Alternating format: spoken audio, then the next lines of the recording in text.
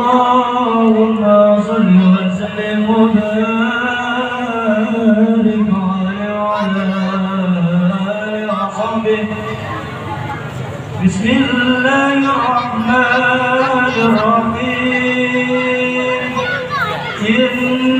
إنا فتحنا لك فتحا مبينا ليغفر لك الله ما تقدم من ذنبك وما تأخر ويتم نعمته عليك ويهديك صراطا مستقيما.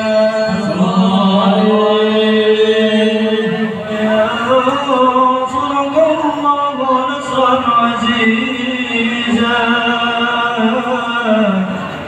لقد جاءكم رسول من أنفسكم عزيز عليه ما عنتم حريص عليكم بالمؤمنين رؤوف رحيم. فإن تولوا فقل حسبي الله لا إله إلا هو حسبي الله لا إله إلا هو عليه توكلت وهو رب العرش العظيم.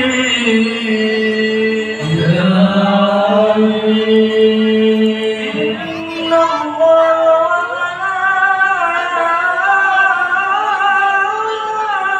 وملائكته يصلون على النبي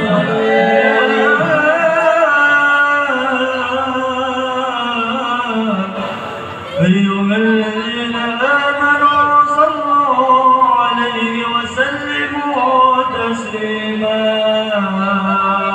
اللهم صل وسلم وبارك عليه وعلى آله. اللهم صل وسلم وبارك عليه وعلى آله. الحمد لله كل سلطانه الولي المرحان المفتي في الوجود كرمه وإنسانه. الله عليه تعالى مجده وشانه خلق الخلق حكمة وطوالها علما وبسط له الفائد من الدماء في فكران القسمة. الله عليه فأرسل إليه أشرف وجامد الرحمة تعلقت سرانة حسيت بحق هذا العبد المكرمون فانتشرت أشهر الشرف في أوالم الشهادة والغيوب فما جلها من الذي كرمها به المنن وبعد ما هذا الخلل الذي برزت رد الإحسان سورة كاملة في كلمة حمود وأقرب لوجود أكناف الوجود وترسم برد العوالم بتراس تكريم. اللهم صل وسلم وتسليم على سيدنا ونبينا محمد الرؤوف الرحيم. اللهم صل وسلم وبارك عليه وعلى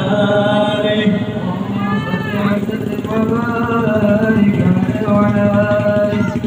أسأل يقول بعدتك وسواسي فجعل ينقض بالجسر فبه بقريب وشافي. الله عليه فيلزم الرسل وأخذه بالعذاب ولا يمن تكرار بقدر جلدات حيث أبدا من عدم الإمكان صارت هذا الإنسان يتشرف بوجود الزكاة وتنتصر أسرار في الأكوان وما به ستصل في قلب المنيب إلا لزوال نعمة لله على هذا اللبيب.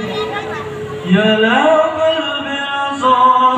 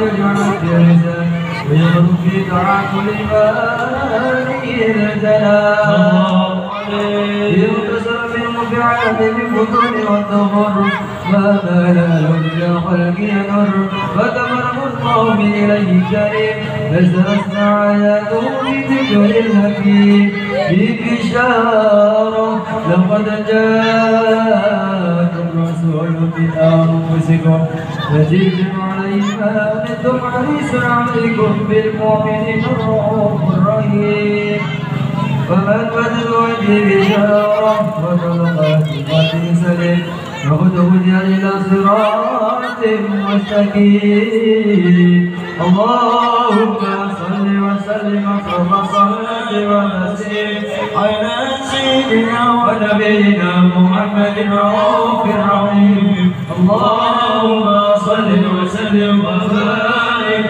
عليه صلاة النبي محمد. Assalamualaikum warahmatullahi wabarakatuh.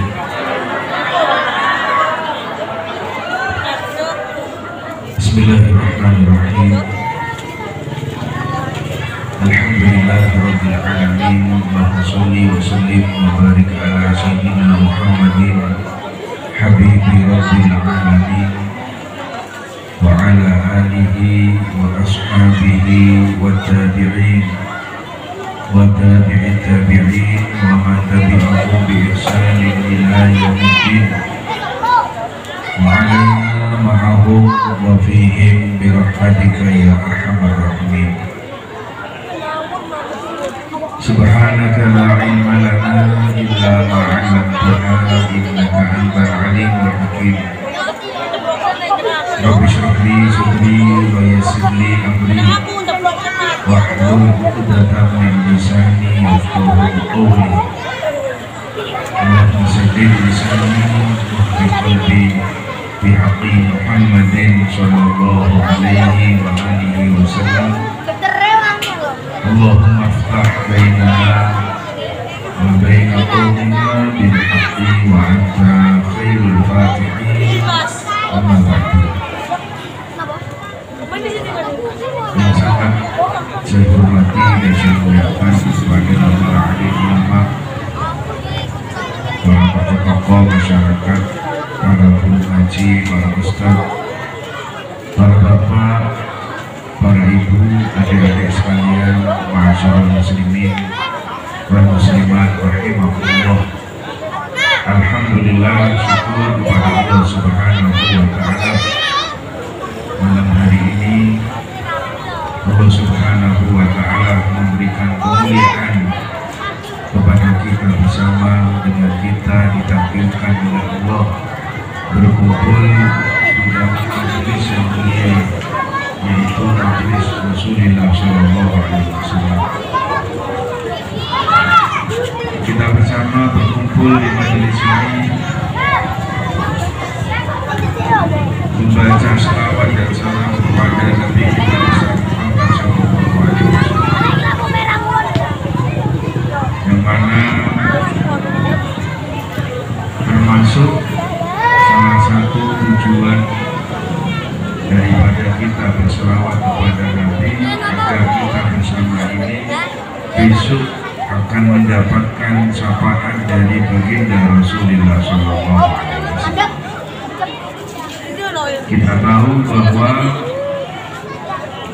manusia model kita ini adalah manusia biasa, manusia yang tidak mampu beribadah dengan maksimal, manusia yang sering bermaksiat kepada Allah Subhanahu wa ta'ala. Merek kita ini umat Nabi Muhammad yang nomor 3, para bapak, para ibu. Jadi umat Nabi Muhammad ini ada 3 kelas. Yang pertama kelas VIP, yang kedua kelas bisnis, yang ketiga adalah kelas ekonomi. Di dalam Al-Quran Allah Subhanahu wa ta'ala berfirman, "Tsumma awrafnal kitab alladzi astafaina min ibadina wa minhum zalimun li nafsi wa minhum muqtasid wa minhum sabiqun bil khairati biidznillah. Kemudian kami mewariskan sebuah kitab kepada orang-orang yang telah kami pilih dari hamba kami. Jadi kita bersama ini umat Nabi Muhammad, hamba-hamba Allah yang dipilih oleh Allah Subhanahu wa Ta'ala. Kita ini umat marhumah, umat yang dapat kasih sayang khusus dari Allah Subhanahu wa Ta'ala. Jelek-jelek seperti ini, kita ini umat yang dapat jaminan dari Allah Subhanahu wa Ta'ala. Umat Muhammad ini adalah umat impian. Kita tahu ada seorang nabi namanya Nabi Musa alaihi salam. Beliau seorang nabi, beliau seorang rasul, beliau termasuk ulul azmi. Beliau punya kekhususan kalimullah, nabi yang diajak ngomong langsung oleh Allah, tapi beliau tetap mengharapkan menjadi umat Nabi Muhammad. Oleh karena itu, walaupun keadaan seperti ini, kita tetap bersyukur kepada Allah. Umat Muhammad, kita jadi Allah yang dipilih. Ummah kita berladina sofaina min ibadina fa minhum zalimun li nafsi. Di antara umat itu, umat hamba yang aku pilih, ada yang zalim terhadap dirinya sendiri, ada lagi wa minhum muqtasid wa minhum sabiqun bil khairat. Tiga umat Nabi Muhammad ini disebutkan oleh Sayyidina Abdullah bin Abbas radhiyallahu ta'ala anhu. Dia mengatakan,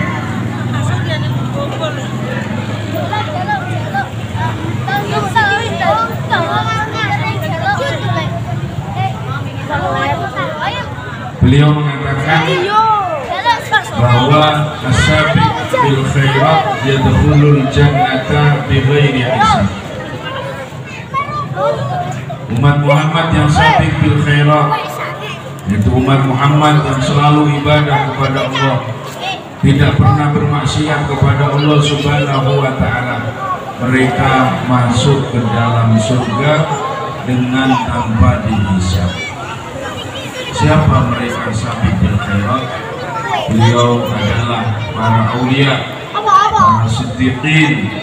Beliau adalah umat Muhammad yang sabiq bil khairat. Contohnya adalah Syekh Abdul Qadir Al-Jilani. Beliau umat Muhammad yang sangat spesial. Mulai kecil ibadah kepada Allah, tidak pernah berbuat dosa, tidak pernah berbuat salah.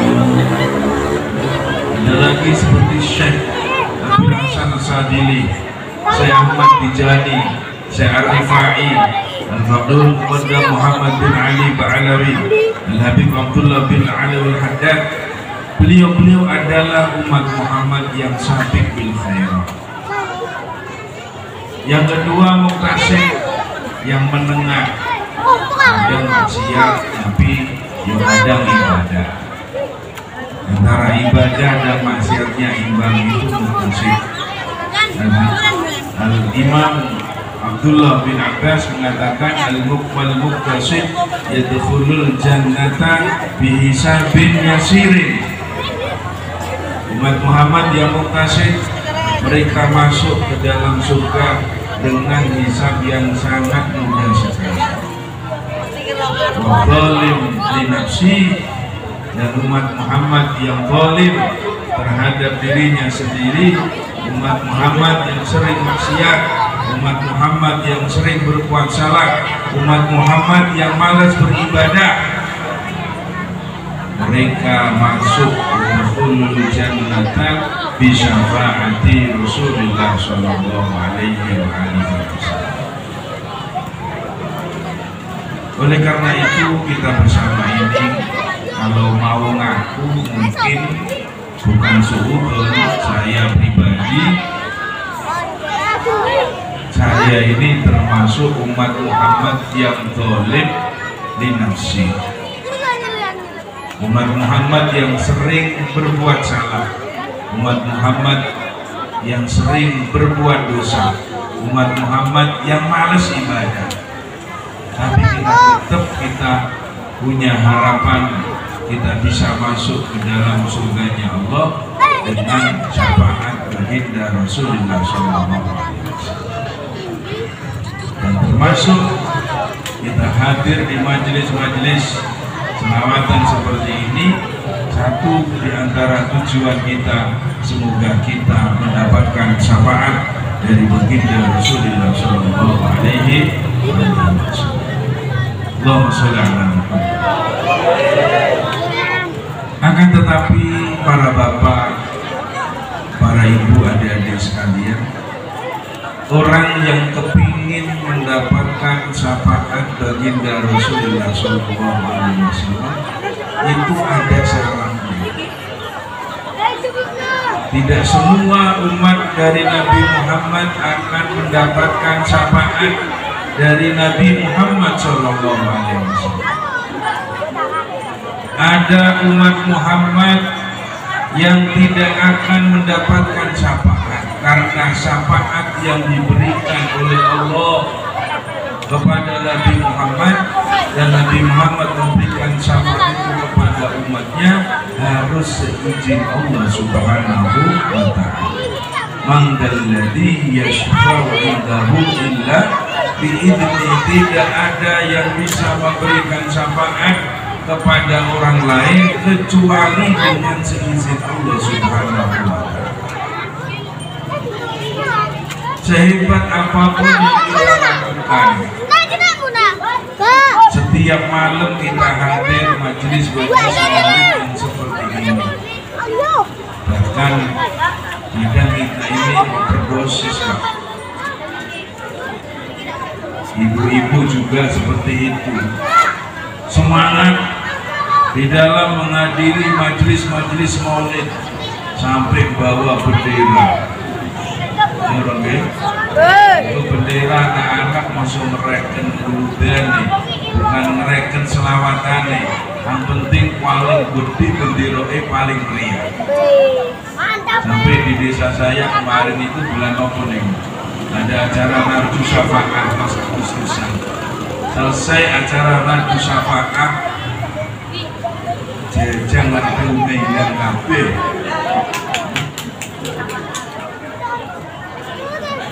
Betul asal Ustaz, gue bendera boleh, tapi jangan sampai overacting. Boleh-boleh saja. Selawat ini ibadah yang mesti diterima oleh Allah Subhanahu wa ta'ala.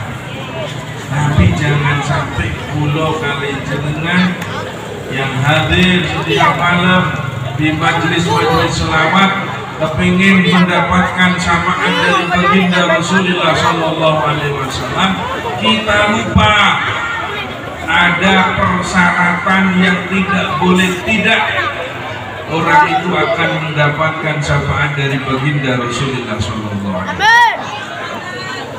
Walaupun misalkan adik-adik yang hadra ini sibuk durur hafal, tiba hafal, berjanji hafal, semuanya hafal, burda hafal, tapi persyaratan untuk mendapatkan syafaat Rasulullah tidak dipenuhi, maka dia tidak akan mendapatkan syafaat dari baginda Rasulullah SAW. Apa itu persyaratan mendapatkan syafaat baginda Rasulullah Sallallahu Alaihi Wasallam? Allah Subhanahu wa ta'ala menjelaskan di dalam Al-Quran, la yamliku syafa'ata illa man ittakhadha 'indar rahmani ahda. Allah berfirman, tidak akan mendapatkan syafaat kecuali orang yang telah membuat perjanjian kepada Allah Subhanahu wa ta'ala dan yang maha pengasih. Apa itu perjanjian? Ahdun itu apa perjanjian itu? Nabi kita besar Muhammad SAW menjelaskan perjanjian itu adalah al-ahdu alladzi bainana wa bainahum as-shalah. Faman taraka as-shalata faqad kafar. Perjanjian antara kami dan mereka, umatku, itu adalah sholat. Barang siapa yang meninggalkan sholat, berarti dia telah kafir. Malam pembacaan maulid, pagi subuh pembacaan maulid, zuhur pembacaan maulid, asar pembacaan maulid, tapi ada satu sholat yang tidak dikerjakan, sholat subuh bebas. Maka orang seperti itu diragukan mendapatkan syafaat baginda Rasulullah Shallallahu Alaihi Wasallam. Karena banyak yang perlu kami ingatkan di antara saudara-saudara kami, baik itu laki-laki dan perempuan, semangat untuk melaksanakan pembacaan maulid, tapi malas untuk mengerjakan kemarin malam Selasa ada acara Mahabbatun Nabi Milad Wambi Pak Rogo Jawi Gubernur Nabi. Saya kebetulan ada pengajian yang sholat jamaah maghrib sepi. Ini berarti bukan suudzon ya. Kalau kalian jenengan iki welasinya Kanjeng Nabi kurang benar. Kalau orang ini benar-benar cinta kepada Rasulullah Shallallahu Alaihi Wasallam, dia hadir maulid, tapi dia semangat untuk mengerjakan sholat di maulid. Hati-hati adik-adik. Semangat terbangun mulai hari Isya sampai jam 10, sampai jam 11 subuh jam 10.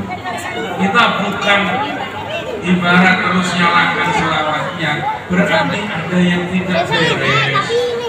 Hati. Kita ibadah itu nggak bisa dipisah-pisahkan. Orang yang hebat itu orang yang full, semua ibadah dikerjakan, apalagi yang wajib. Banyak dari saudara-saudara saya yang berbangan rumah, saya punya gelar usaha kenal. Saya beri peringatan, hati-hati, keselamatan sosok baraknya Kanjeng Nabi Muhammad Shallallahu Alaihi Wasallam, tapi sedaya niro tidak pernah berjawab. Bila tidak, omong kosong. Jangan-jangan selawatan hanya sekedar konser, bukan sebagai bukti kecintaan kepada baginda Rasulullah Shallallahu Alaihi Wasallam. Ini harus pelajaran bagi adik-adik sekalian.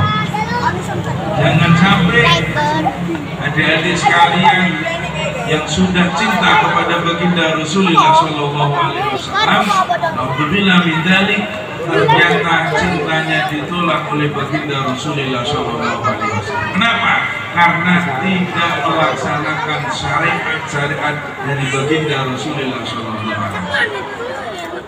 Kalau sholawat semuanya sudah tahu, satu-satunya ibadah yang diterima oleh Allah adalah sholat. Tapi ingat, agama ini bukan hanya selawat toh. Quran 30 juz itu yang menerangkan tentang selawat hanya satu ayat, dua ayat, kan begitu. Laksanakan semua perintah-perintah Allah. Kemudian kita berselawat kepada baginda Rasulullah SAW. Kembali kepada persyaratan kita ini bisa mendapatkan syafaat baginda Rasulullah SAW. Persyaratan itu adalah sholat 5 waktu.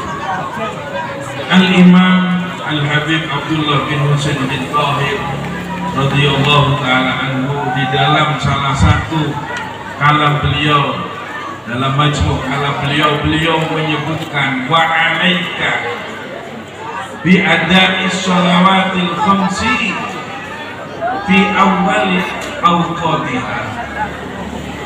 Kalian ini harus selalu mengerjakan sholat 5 waktu di awal waktunya. Jangan sampai kadang kita ini selawatan sembahyang isya dulu, hari maghrib berangkat sampai di tempat langsung selawatan. Selesai selawatan jam 10 mulai dari acara selawat sembahyang isya jam 11. Saya tanya kepada adik-adik sekalian, kilo-kilo andai kata Kanjeng Nabi kita poni Kanjeng Nabi kula niki selawatan mulai ngaji nganti isya, tapi sembahyang isya kula niki mboten jamaah. Senengan pundi Kanjeng Nabi kula niki salat isya jamaah selawatan teng griya mawon pun pira-pira Kanjeng Nabi jawab bareng. Saya yakin kira kapan cara dibule sembahyang isya jamaah mari maca situtur niku yakin lah. Karena orang yang sholat isya tidak berjamaah itu dikatakan munafik di zaman baginda Rasulullah SAW. Apalagi tidak sholat. Monggo para bapak, para ibu, mas-mas, mbak-mbak, selawat ono kan? Karena selawat ini luar biasa. Mau apapun kita selawatan. Karena itu ada nas dari baginda Rasulullah SAW. Nabi kita besar Muhammad SAW bersabda, "Man kana alaihi hajatun, man asrat alaihi hajatun." Barang siapa yang mendapatkan kesulitan dalam memenuhi kebutuhannya, falyukthir minas sholati alaihi. Perbanyaklah dia berselawat kepadaku, fa innaha takshiful humuma wal quruba wa tuqirul arzaqa wa taqdil hawaija. Karena memperbanyak selawat kepadaku akan bisa menghilangkan kebingungan, kesusahan, kesedihan, dan akan memperbanyak rezeki dan juga akan memenuhi segala kebutuhan. Tapi ingat, janji-janji yang seperti itu yang menentukan adalah Allah Subhanahu wa Ta'ala. Kalau bapak, ibu, adik, emas, mbak sholatnya sembrono, maka semuanya itu tidak akan diterima dan ditolak oleh Allah Subhanahu wa Ta'ala. Jadi wong selawatan niku ping 1000 hajate diterima, jare wong selawatan ping 500 saben dina ping kira biarkan lamaran, tapi isu niki makan melarat sembahyang besok. Sholat harus jadi perhatian utama, dan sholat itu berusahalah dikerjakan di awal waktu. Mulai besok mas-mas ya, subuh jamaah, zuhur jamaah, selawatan itu terus tambah setiap malam. Nanti akan diberi mazia oleh Allah Subhanahu wa Ta'ala. Kalau selawatan hanya model selawatan, kemudian sholatnya tidak diperhatikan, kalian secara rohani tidak akan layak makannya di hadapan Allah Subhanahu wa Ta'ala. Kerjakan sholat itu di awal waktu. Kenapa? Karena sholat di awal waktu adalah ibadah yang paling dicinta oleh Allah Subhanahu wa Ta'ala. Ada sahabat namanya Sayyidina Abdullah bin Mas'ud. Beliau bertanya kepada Rasulullah SAW, "Ya Rasulullah, ayyul a'mali ahabbu ila Allah Ta'ala?" Amalan apa yang paling dicinta oleh Allah Subhanahu wa Ta'ala? Qala sallallahu alaihi wasallam, as-salatu ala waqtiha. Salat tepat pada waktunya, ai fi awalil waqti. Kenapa harus awal waktu? Karena Nabi Muhammad Shallallahu Alaihi Wasallam bersabda, awalul waktu ridwanullahi ta'ala. Awal waktu itu adalah keridhaan Allah Subhanahu wa Ta'ala. Orang kalau sudah mendapatkan ridho dari Allah Subhanahu wa Ta'ala, maka dia akan dijadikan oleh Allah hamba-hamba yang mulia fid dunya wal kerjakan sholat dengan sungguh-sungguh, berusaha di dalam melaksanakan sholat itu, laksanakan dengan paling baik. Wa addiha ala akammiha wa ahsaniha, kerjakan sholat itu dengan cara yang paling sempurna dan yang paling baik. Karena banyak di antara umat Islam itu mengerjakan sholat seenaknya. Mari megawe, kebetulan megawe ini ngecek kaosnya oleh bonus NU, sembahyang di kaos NU, cekap NU. Jumatan kadang tidak pakai baju, kaosan celonongan. Kita nggak ngomong sah dan tidak, Pak. Kita ini ngomong bagaimana sholat kita, ibadah kita diterima oleh Allah Subhanahu wa Ta'ala. Ketika kalian berselawatan dengan baju yang baik, maka ketika sholat kalian harus memakai baju yang lebih baik daripada baju yang sekarang kau pakai. Itu kaidahnya begini. Ibu-ibu lagi-lagi, ada ibu-ibu nih duwe koko mugae setahun ping pintu di musola desa nih, mari sembahyang langsung di kantoran, sembahyang di kantoran, engko mulut dikembang, minggu maneh disuke, Arab Ramadan baru dicuci lagi. Sementara kadang melakukan seminggu ping telu, yo ping telu saleh. Nah itu keliru waktu ini. Berarti kita ini lebih menghargai manusia daripada menghargai Allah Subhanahu wa Ta'ala. Jadikan sholat ini sebagai ibadah yang benar-benar kita perhatikan. Sholat harus dijadikan nomor satu. Jarang dari umat Islam ini sembahyang belajar sungguh-sungguh jarang. Nawa itu datang kepada kiai, nawa itu datang kepada habib untuk niat belajar sholat jarang, bahkan sekarang nggak ada sunnah. Kita sekarang ini sholat yang kita pakai untuk sholat pada waktu kita ngaji sholat sirah. Nah, kepengen kita bagaimana sholat kita ini kualitasnya lebih meningkat lagi, nggak ada begitu. Kenapa? Kita sudah kalah dengan setan. Di Labanasem itu ada seorang rajulun soleh, orang kiai, namanya Kiai Hasan Sururi. Ketika beliau berumur 50 tahun lebih, beliau kepingin belajar sholat. Dari Labanasem ke Cangakan, naik sepeda ontel sampai di Cangakan, naik belajar ke Kiai Abbas, bukan ngaji kitab. Iya bukan, ngaji sembahyang. Dan walaupun beliau tidak ikut jamaah antro, walaupun tidak ikut dia berjamaah anak batu Nabi, beliau terkenal dengan wali bin Aulia. Kenapa? Perhatian dengan sholat. Jadi ini saya pesan kepada adik-adik sekalian, mobil khusus dan juga bapak ibu-ibu, sembahyang ini, sembahyang. Saya khawatir yang hadir ini ada yang belum sholat isya. Salah bukan salah, sholat isya saat sampai subuh, tapi begitu itu Nabi nggak senang. Bukan senang Pak. Lawatan tapi sembahyang isya. jam rolas selawatan tapi ngebebas sisa ikan subuh, itu sudah gak ada nilai.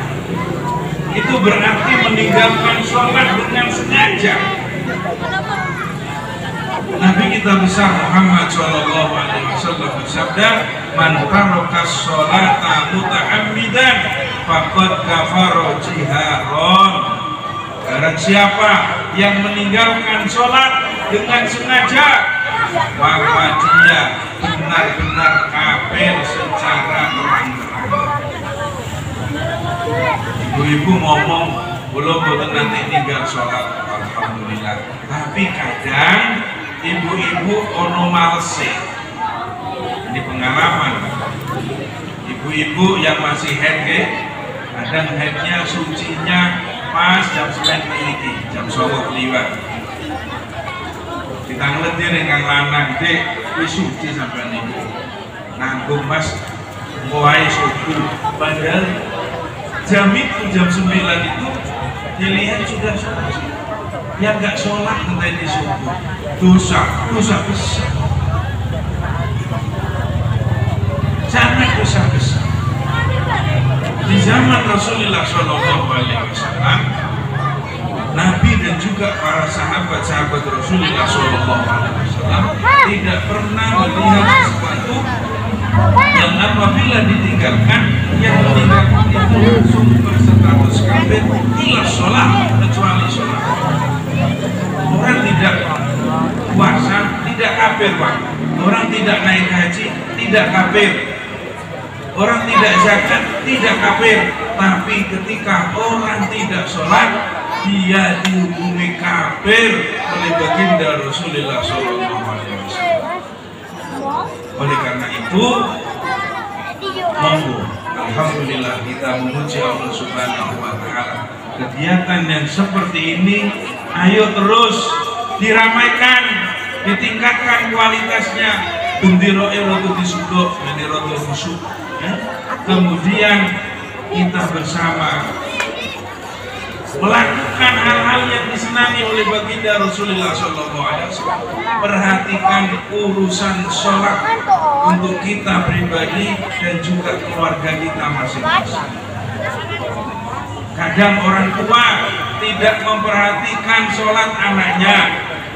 Bahkan yang lebih parah lagi, seorang suami membiarkan istrinya tidak sholat.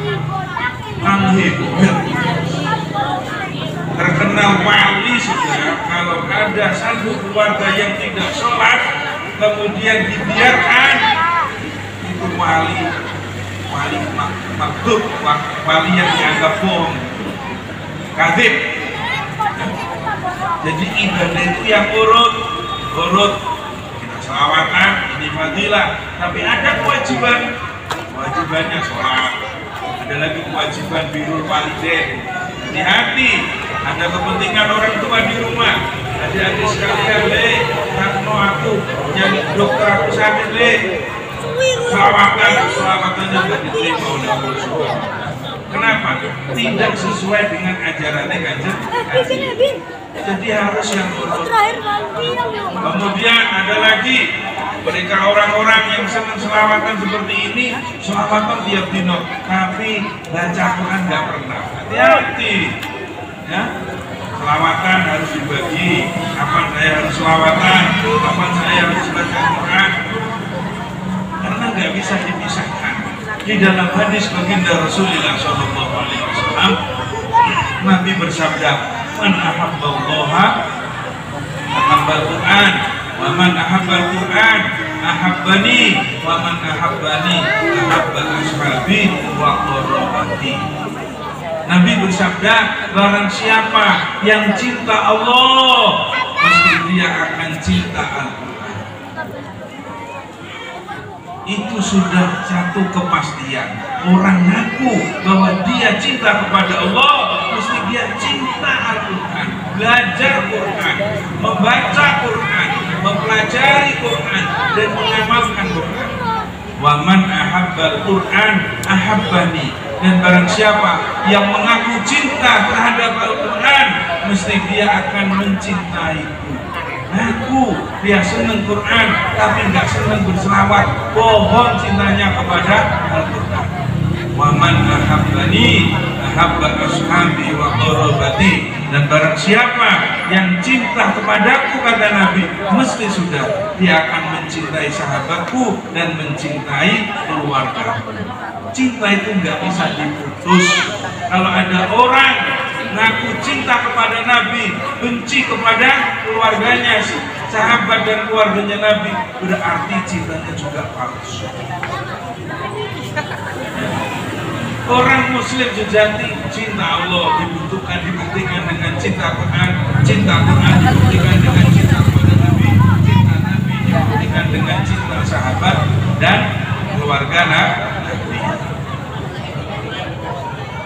Saya ulangi lagi, para bapak, para ibu, mbak-mbak sekalian, persyaratan mendapatkan syafaat baginda Rasulullah Shallallahu Alaihi Wasallam itu sembahyang perhatikan. Kalau sholatnya sudah sempurna, baru ayo kita tambah ibadah-ibadah yang lain. Kalau sholatnya belum, ibadah yang lainnya takut Pak, kita ini maghrur, digoda oleh syaitan. Syaitan itu pinter, nulis apa dengan Nabi, tapi sembahyang diakali Oke, jadi itu sedikit pesan saya. Semoga manfaat, semoga barokah, dan saya mohon maaf, seribu maaf mungkin ada hal-hal yang tidak berkenan di hati para bapak, para ibu, mas-mas dan mbak-mbak. Ada minni wal afu minkum. Assalamualaikum warahmatullahi wabarakatuh.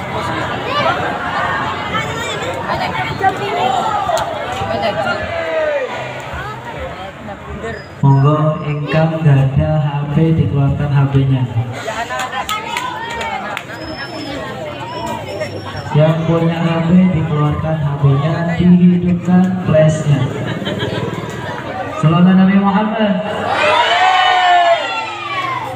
Zoharatinul muayyad biluhuri sadiqatan. Zoharatinul muayyad biluhuri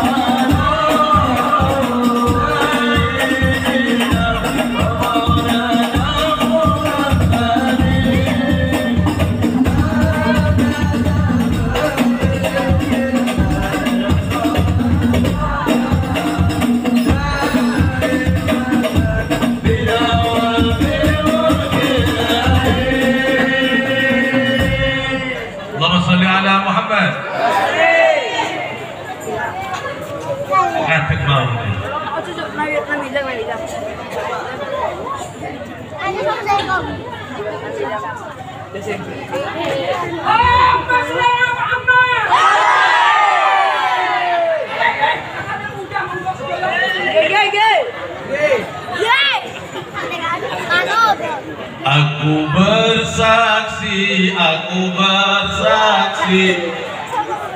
Wah, kurang coba. Kalau mati. Kaum muslimin wal muslimat, ayo sergap maca sholawat,